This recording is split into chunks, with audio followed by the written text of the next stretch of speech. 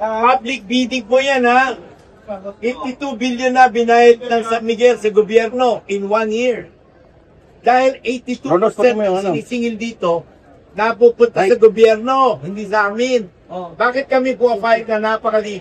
Kasi gusto namin mag-gain yung experience sa pagpatuloy ng airport. Yun lang yun. Hindi na kailangan masyado kumita. Wala hong binenta ang Philippine government sa San Miguel sa NAIA. Operate and maintenance lang po kami. Ni isang silya, wala kami nabili dito. And yet, bayad kami ng ganung malaking pera, nakita nyo? From that time po na lumabas yung batas na kailangan bigyan ng dividendo, ang GOCC, yung MIA po, from 1996 hanggang nakuha po ng NNIC po, 2004. Ang ibigay lang po natin dividendo sa gobyerno is around 32 billion in 30 years, almost 30 years. Profit po dito in 1 year. Mga ibang airport,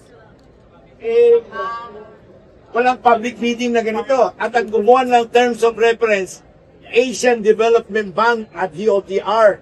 Kami sumusunod lamang at napansin niyo 4 yung bidder. Halos magkakidikit lahat.